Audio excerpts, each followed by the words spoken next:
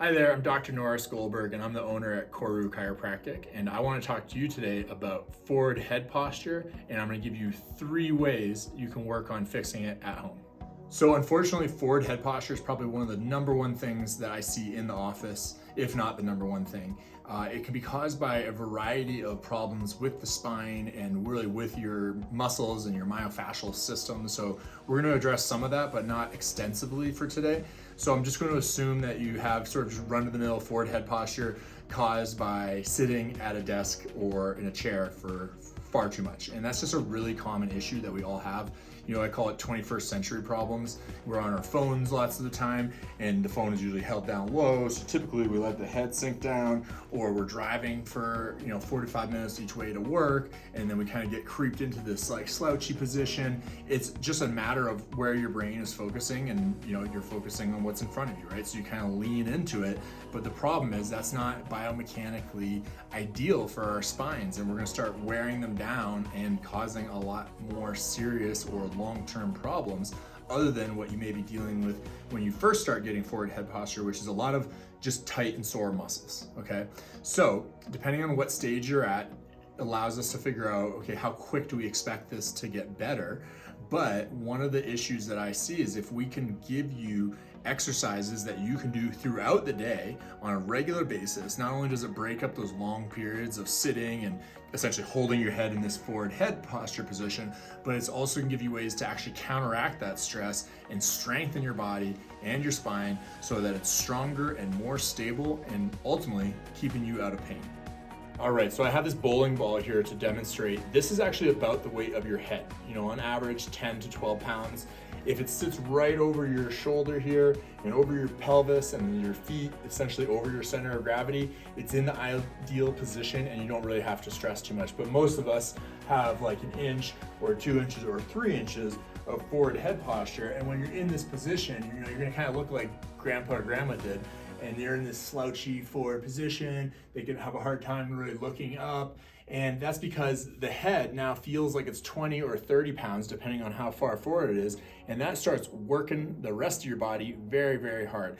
So not only are you typically gonna experience like upper neck and back pain, but a lot of times that can travel down to the mid back and even into the low back. In fact, if you have low back pain and it's dull and achy, typically I find that it's a top half of the spine problem, like forward head posture, not a low back problem. So this is why it's really important to work with a professional and figure out what's actually the cause of the problem, not just what the effect is, right? That's what we're all about here at Koru. We're really trying to find the root cause of the problem, fix that at the source, and ultimately that means seeing doctors less often, which is a win in both of our books.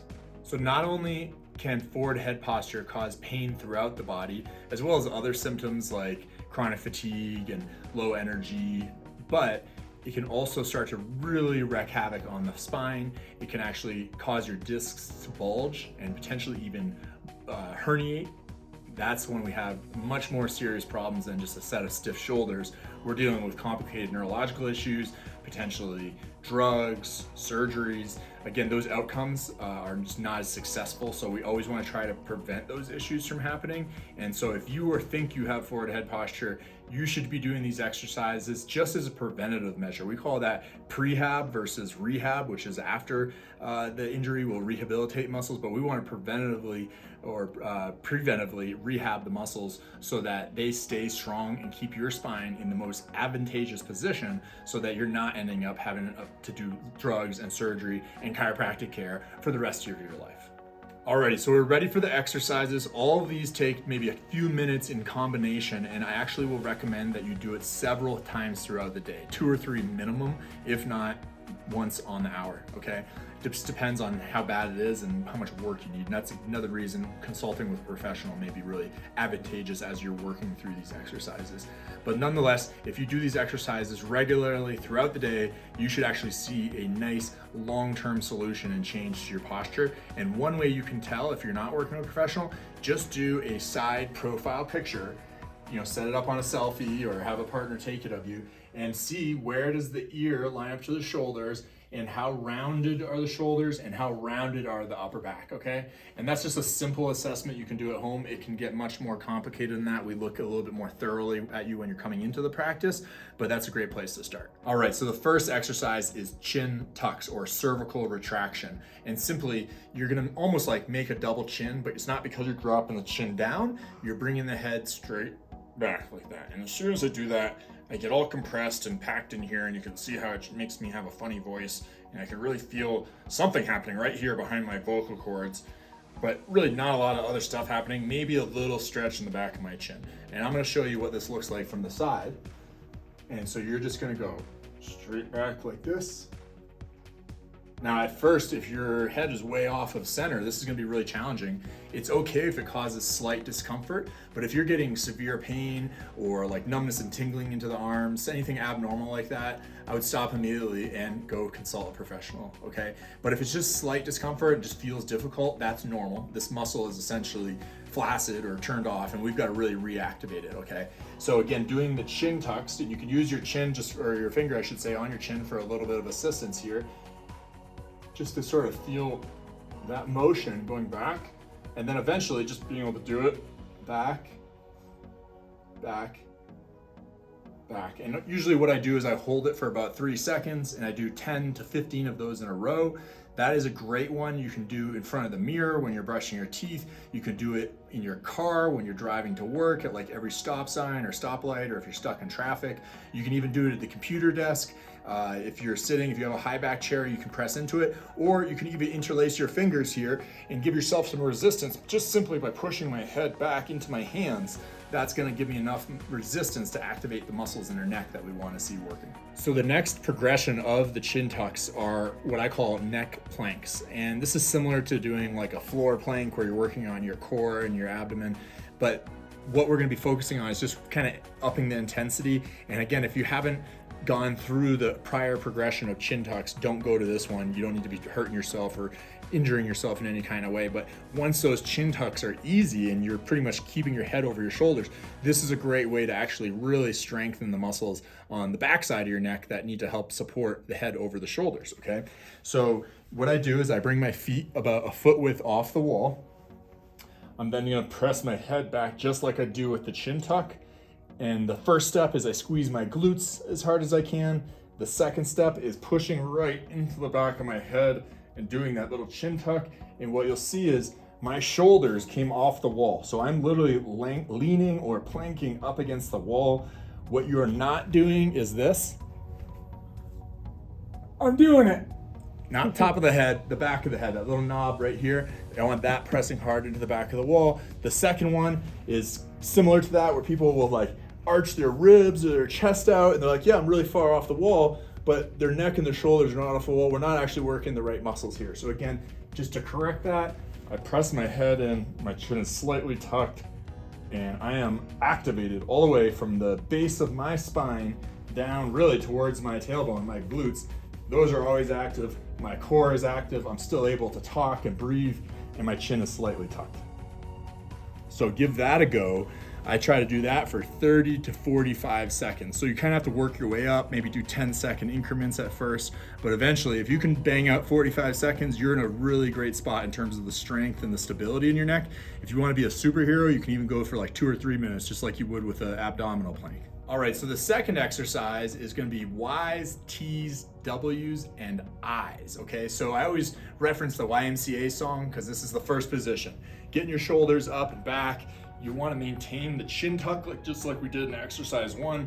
And so you can start here and just bring them straight up and back and up and back. You can hold it for 2 or 3 seconds. You can hold it for 2 breath cycles, but definitely get a nice pause and contraction here. And what you don't want to do is let the head kind of creep forward. That's not a good position. Keep that chin tucked, keep the shoulders back. You'll feel those muscles kind of burning a little bit in a good way, and then you can relax. What you want to do is about 10 to 15 of each of these for all of them, both the Ys, Ws, Ts, and Is, and now I'll show you what the Ws look like.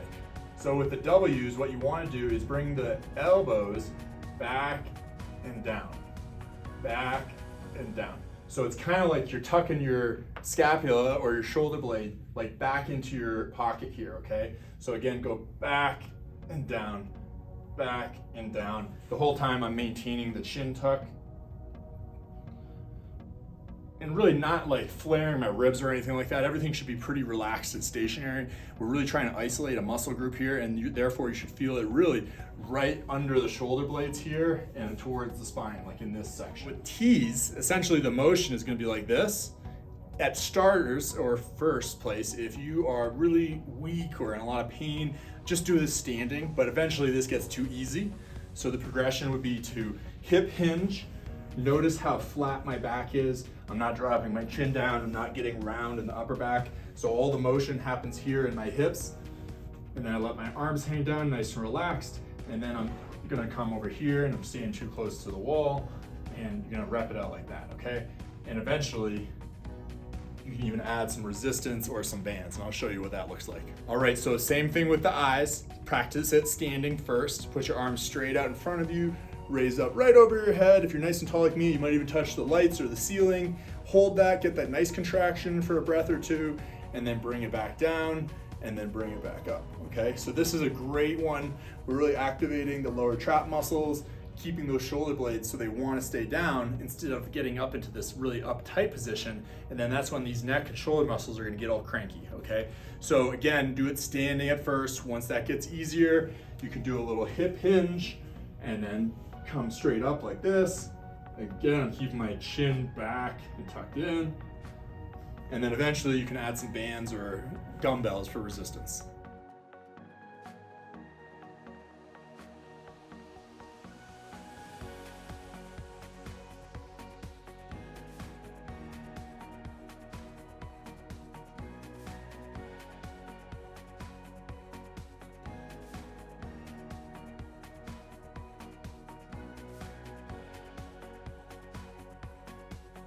So I built this apparatus into my practice because I was describing it so often. I'm showing it pretty much to every patient of these exercises to do. So I just put a little 2x4 in the corner and some eyelets. If you don't have something like this at home, I'm gonna show you how just getting a simple strap like this, you can get these at Walmart for about $5. This is a non-connected, just a band strap, how you can connect it to, say, your door and still be able to do the same exercises.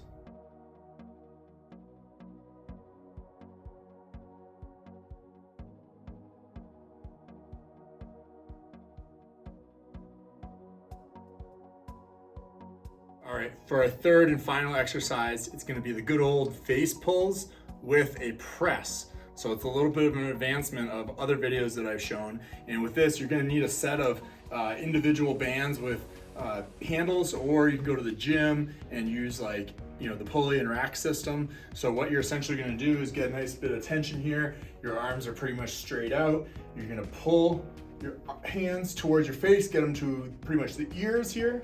And then I'm gonna press straight up, and I'm maintaining my chin tuck the whole time, and then I let it go. So that's one rep. So in, up, down, back up, all right? So you can do those 10 to 15 times, several times throughout the day. 3 is ideal, 2 is not enough, 4 or 5, you're a superhero. All right, guys, hopefully these 3 exercises help you. I know that they help hundreds of my patients. I'm giving them out as recommendations every single day. And I even have patients who come back and tell me, hey doc, I was gone for a while. I wasn't getting adjusted. The exercises help me a ton though. So I really do believe in these. My background in strength conditioning makes me more than qualified to give these as recommendations. Plus, as a corrective care chiropractor, I know I can do some amazing adjustments that can literally deliver miracles. But if you're not backing it up with exercises, many times you end up back in my office a couple months or a couple years later with really the same old issue, okay? So there's definitely something to be said about managing a chronic problem, but when these issues start to arise, when you're a little younger or you're just ready to take care of them, now is the time to deal with them, and on a daily basis until you get to the results that you want to see. So if you like this video and you want to learn more about taking care of your spine and your body, like the video, subscribe to my channel, and leave a comment. Tell me something else you'd like to see. I'd love to share more.